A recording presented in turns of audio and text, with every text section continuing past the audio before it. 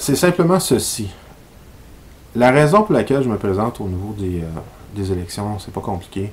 C'est qu'à un moment donné, il y a des choses qui doivent changer, puis il y a des choses qui ne changent pas. Je pense que dernièrement, avec tous les sujets qui sont venus, qui ont été touchés, médiatiques, on peut appeler ça de la corruption, mais je pense que c'est plus complexe que ça. N'empêche qu'il y a des choses qui ont été faites qui n'auraient pas dû être faites. Et je pense que les prochains mois vont être intéressants parce qu'ils vont certainement en trouver plus. Ceci étant dit, c'est aussi la raison pour laquelle je propose le système. C'est absolument pas nouveau. Il y a plusieurs pays qui le mettent en application, dont le Brésil, où il y a quelques municipalités, puis l'Écosse, le Parlement d'Écosse, ont développé le système participatif. Puis il ne faut pas aller trop loin non plus. Le principe de l'arrondissement était basé sur le principe participatif. Et le principe participatif, c'était de donner l'opportunité aux citoyens d'être un peu plus connectés avec l'appareil politique municipal. Malheureusement, ça ne fonctionne pas parce qu'on se retrouve avec des mini-centrales où il y a un paquet de trucs qui se passent, puis on n'est pas tout à fait au courant, on n'est pas avisé comme on devrait être avisé, mais c'est aussi une question de mode de vie, puis c'est aussi une question d'intérêt.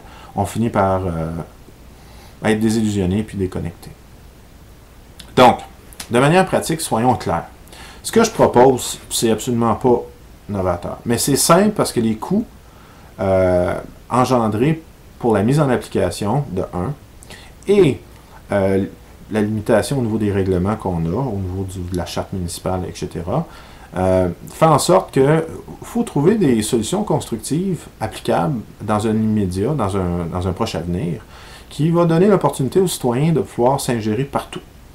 En d'autres termes, d'avoir une puissance de frappe, une puissance de gestion, une dynamique de réseautage. Donc, pour revenir au terme que j'utilise jusqu'à présent, c'est beaucoup axé sur le réseautage politique participatif.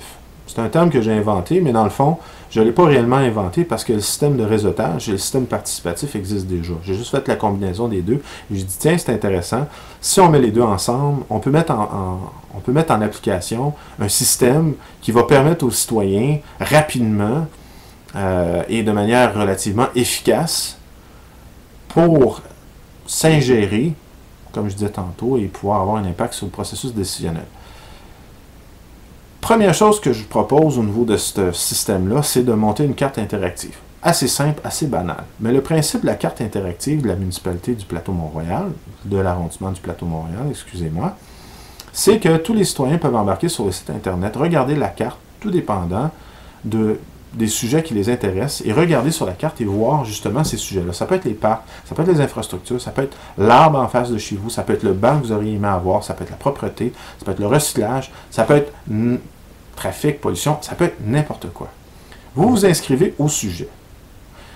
Ce qui arrive par contre, c'est qu'une fois que vous êtes inscrit sur ces sujets-là, dans les 4 prochaines années, à partir du moment où le conseil aborde un des sujets, que ce soit effleuré ou un approfondissement, vous êtes avisé automatiquement.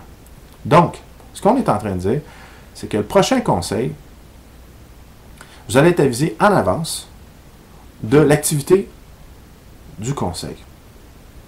Peu importe le comité, peu importe qui, peu importe quoi, vous êtes toujours avisé en avance. Ça vous donne l'opportunité, 1, de vous organiser en avance pour être présent, ou 2, ça vous donne l'opportunité de regarder, et encore une fois, en direct, les événements qui se produisent. Évidemment, enregistrés avec une rediffusion. Mais, ce qui est intéressant, ce que je propose, c'est qu'il y a un interprète sur place qui soit là pour poser des questions, advenant que vous ne pouvez pas être sur place. Les conseils filmés en direct avec une rediffusion, avec une interaction, en plus, seraient raccourcis et les interventions de période de questions seraient à tout moment. Évidemment, il faut être logique. Il y a beaucoup de choses à faire. Il y a de la gestion normale au niveau de la municipalité, mais il y a aussi des questions nouvelles, des investissements à faire. Maintenant, et divers autres sujets. Pour être logique, il y a une question de temps aussi. Si on augmente le nombre de conseils pour permettre aux citoyens d'être présents ou d'intervenir ou de poser des questions à tout moment, il faut aussi augmenter le nombre de conseils. C'est la seule façon qu'on va réussir. Okay?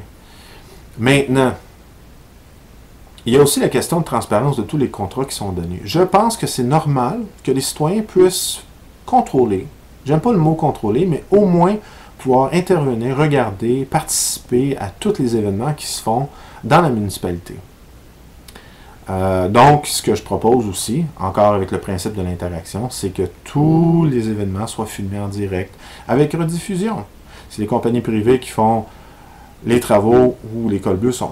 Évidemment, il y a une question de convention collective. Mais ceci étant dit, tout est négociable, tout peut se parler, on peut mettre en application déjà, présentement, certains mécanismes qui permettraient aux citoyens de pouvoir intervenir à tous les niveaux. Okay?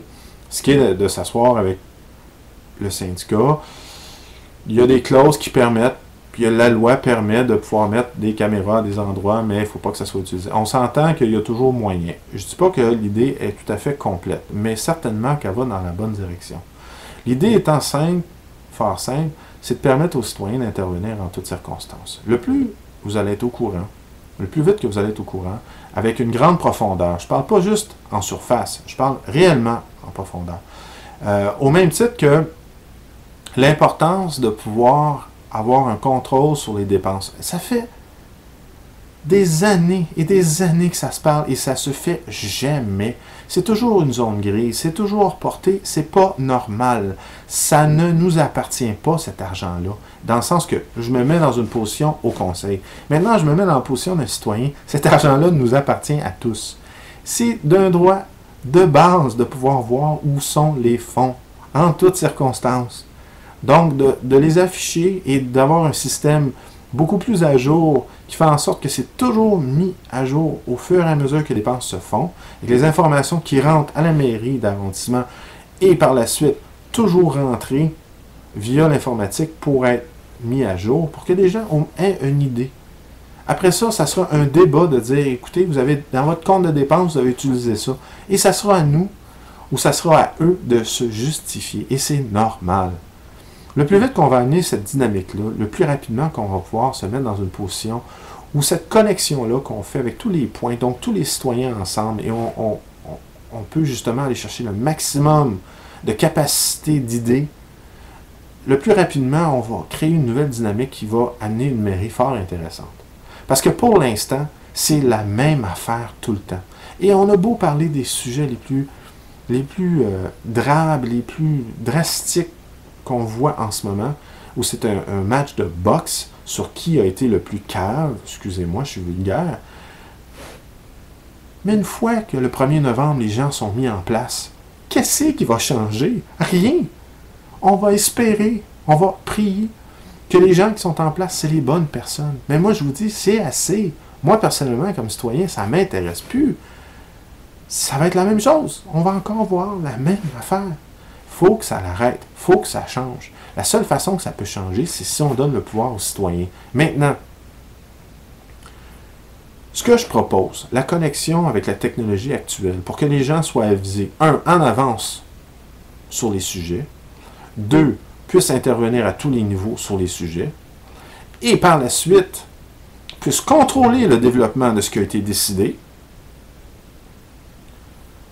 Après ça, ben, si on a envie de changer le système, de le modifier, de le faire grandir, d'investir encore plus, parce qu'on voit des résultats tangibles, immédiats, ou du moins beaucoup plus rapides que ce qu'on a à l'heure actuelle, où il y a des tonnes de portes, puis on n'a pas l'impression qu'on peut passer au travers, ben, à partir de là, on sera dans une position intéressante pour justement se revirer de bord, faire de la pression au gouvernement provincial et au gouvernement fédéral, et leur dire, écoutez, mettez l'investissement, changez les lois, puis faites en sorte qu'on puisse voter avec un outil extraordinaire qui est la télécommunication au niveau informatique.